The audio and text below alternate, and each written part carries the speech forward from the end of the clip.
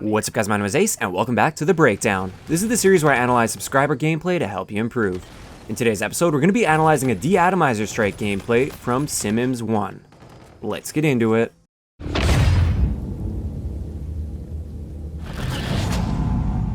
Alright guys, before we hop into the class and the gameplay here, I just wanted to mention that I don't normally break down these de-atomizer strike gameplays or really high-end sort of gameplays because it's simply not relatable.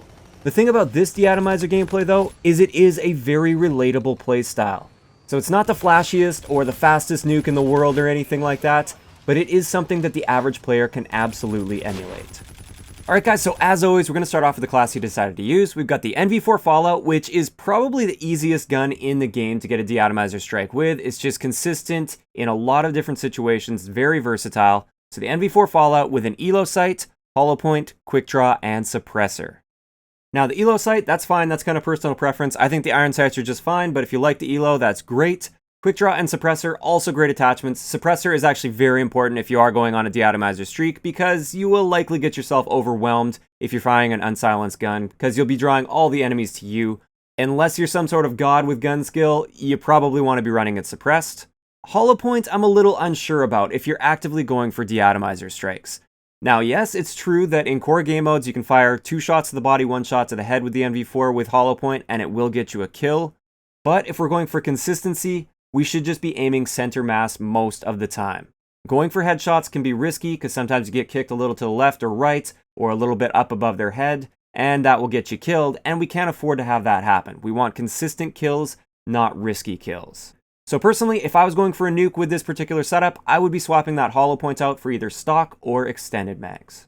For tactical, we got a cryo mine, which when you're going for a de-atomizer strike, I don't really see the need for this because you only get one in a life, so you only get one of these, assuming you're trying to stay alive the whole life. And because of that, I would rather have something like a launcher or maybe even a secondary pistol if I get myself in a tight situation, just something that has the potential to help me out more than once throughout my life. For perks, we have Ghost, which is excellent for going on a de-atomizer. Like I said earlier, unless you're a god of gun skill that can handle all the enemies rushing you at once, you're probably going to want to stay off that mini-map. Scavenger is essentially a must-have if you're going for de-atomizer strikes as well. And finally, we have Marksman. And I normally wouldn't be running Marksman on a nuke class like this. I would much rather have Dead Silence because I don't want my enemies to hear me at all. But I will say Marksman definitely helped him in a couple situations here because it did reduce his flinch. So hopping right into the gameplay here, the first thing I wanted to mention is I like how he approaches the game initially. A lot of people when they're going for nukes, like especially when it's their first nuke, which this is this guy's first nuke, they will be very, very cautious right from the opening route. They're going to be super cautious, they're going to try and start off really, really slow, and I don't recommend that. Simple reason for this is first off, when you're aggressive, you get a better feel for your enemies. You get to see how they're playing and everything. You're not just waiting for them to come to you, you're forcing them to react to you. And you're kind of setting the tone for the rest of the match. You're pushing them and showing them that they're not going to be able to walk all over you. Now, you may end up dying when you push aggressively like this at the beginning, but that's totally fine. It's no real loss to you. You didn't die on a big streak or anything. You died getting a feel for the enemies. So I highly recommend if you're going for a nuke, when you first spawn in, play aggressively without playing recklessly. Now, one overall thing I noticed about his gameplay, and this is something that works very effectively when you're going on streaks, is pushing from power position to power position and not lingering in one spot for too long. You'll notice like he pushes up to this window, this is a power position, he's got great lines of sight, he's using an NV4 which gives him an advantage in a lot of these gunfights. He picks off a couple kills, then he rotates back and he gets out of that area because he doesn't want to overstay his welcome. If you overstay your welcome in a power position, people know how to counter these power positions and they'll be coming back for their revenge. If you just pick off a kill or two and then you move to a different one, any plan that they just had to come and kill you is now completely foiled because you're somewhere else now. And now you'll notice he rotates around to this power position right here. He's got great cover and the enemy is pushing to him.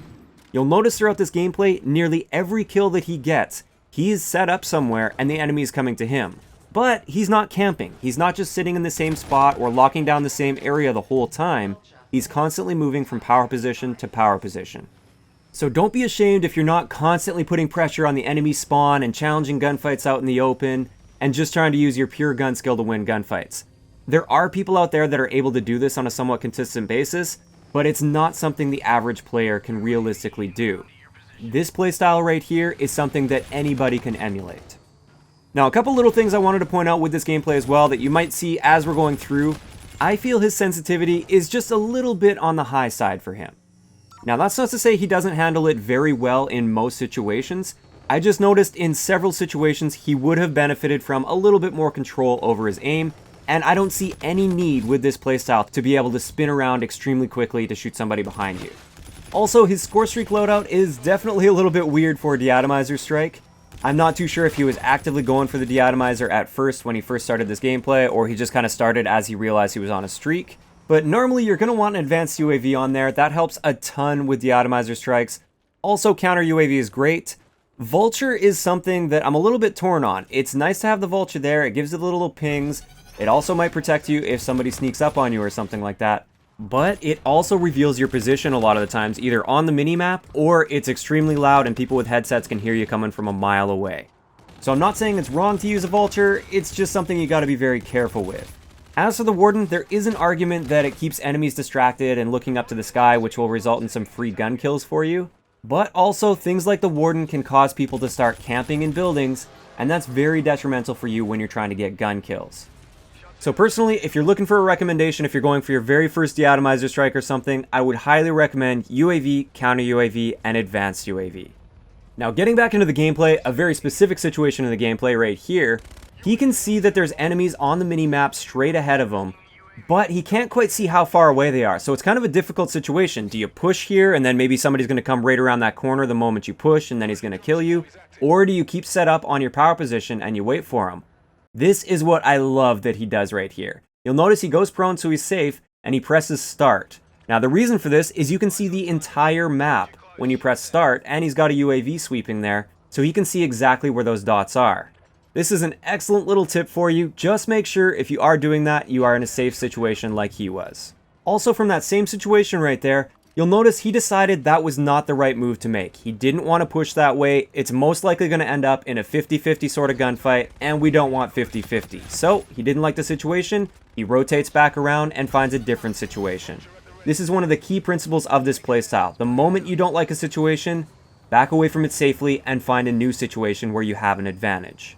I'd also like to point out in this gameplay, at no time, aside from maybe in the first minute of the gameplay, at no time did he go into the middle of the map.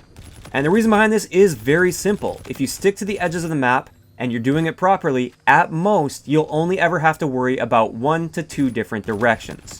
If you go into the middle of the map, you often put yourself in a situation where you have to worry about 360 degrees around you. This is fine if you just want to be aggressive and get lots of kills, but this isn't the most effective way to be earning de-atomizer strikes. Now, one very specific critique I have right here is the way he utilizes this truck for cover. He essentially doesn't use it for cover, he only uses it for that height advantage. Instead of standing right on top of the truck, he's better off standing on the hood right here. He cuts off more of a line of sight that his enemy has on him, without significantly changing his line of sight towards the enemy. Now right around here, he's getting very, very close to that de-atomizer strike, and it doesn't really seem to phase him too much. A lot of people, you can see a very sudden shift in their mindset when you start to get 5 kills away from de-atomizer.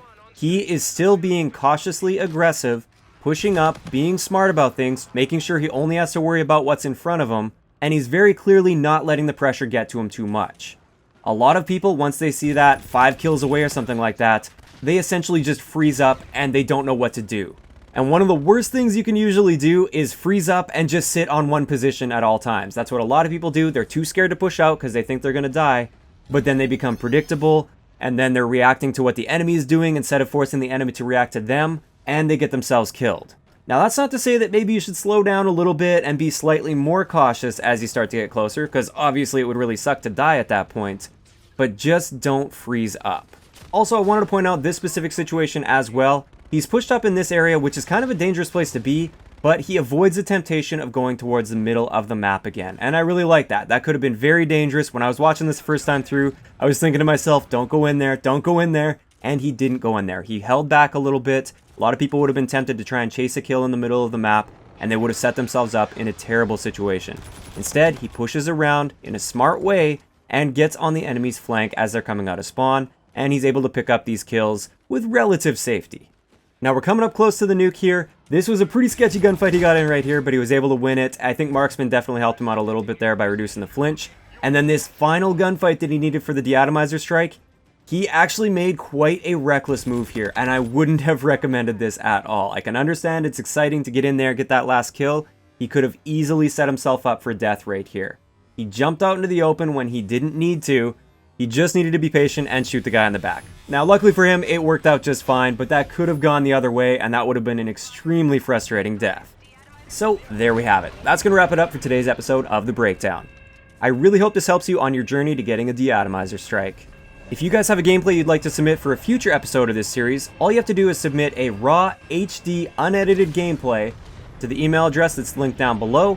I can't make any promises that I'll get to it since I have hundreds of submissions already, but I just might break it down for a future episode.